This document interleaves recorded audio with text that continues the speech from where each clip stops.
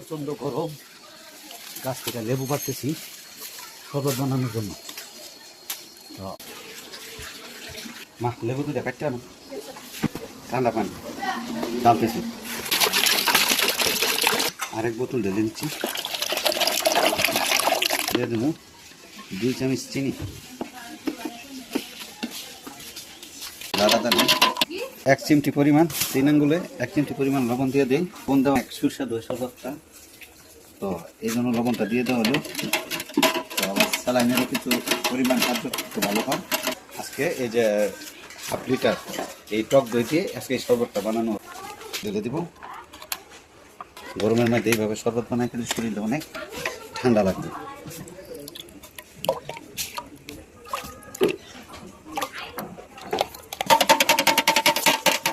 এইভাবে আপনারা হালকা করে ফেটে নেবেন, এইভাবে ফেটে নেবেন, শরবতটা তৈরি অনেক সুন্দর হবে, আর যত মিশাবেন তত ভালো হবে। শরবতটা খুব মজা।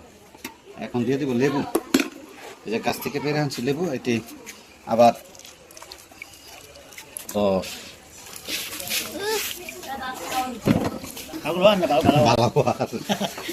শুদ্ধ কথা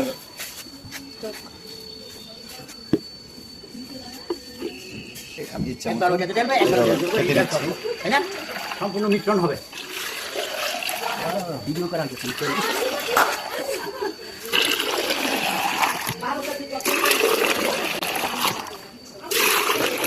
আপনারা ব্লেন্ডার থাকলে ব্লেন্ডার করে নিতে পারবেন। কারণ আমি কী কী দিয়ে এই উপকরণ দিয়ে এই শরবতটা তৈরি করছি আপনারা দেখবেন এবং আপনারা খেয়ে দেখবেন, তারা আমাকে রেকমেন্ড করে জানাবেন কেমন লাগছে। করি আপনার কাছে ভালো লাগবে এই শরবতটা এই গরমের মাধ্যমে শরীর ঠান্ডা রাখে। মনে হচ্ছে বাবার হাতে শরবত, খুব মজা হয়েছে। দেখো তো শরবতটা কেমন হয়েছে বাবার হাতে। বাবা খুব মজা হয়েছে।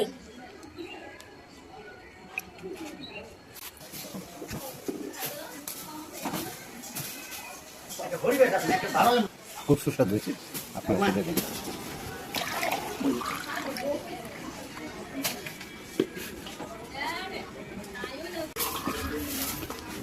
যা তুমি আমার ভাবিকে বানাও, আগে ভাবিকে দাও, আমাকে তো দেবো।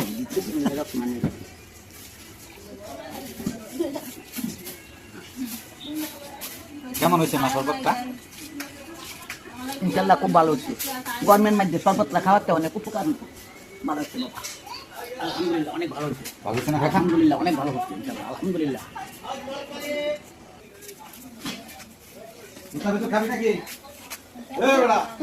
অনেক টেস্টি।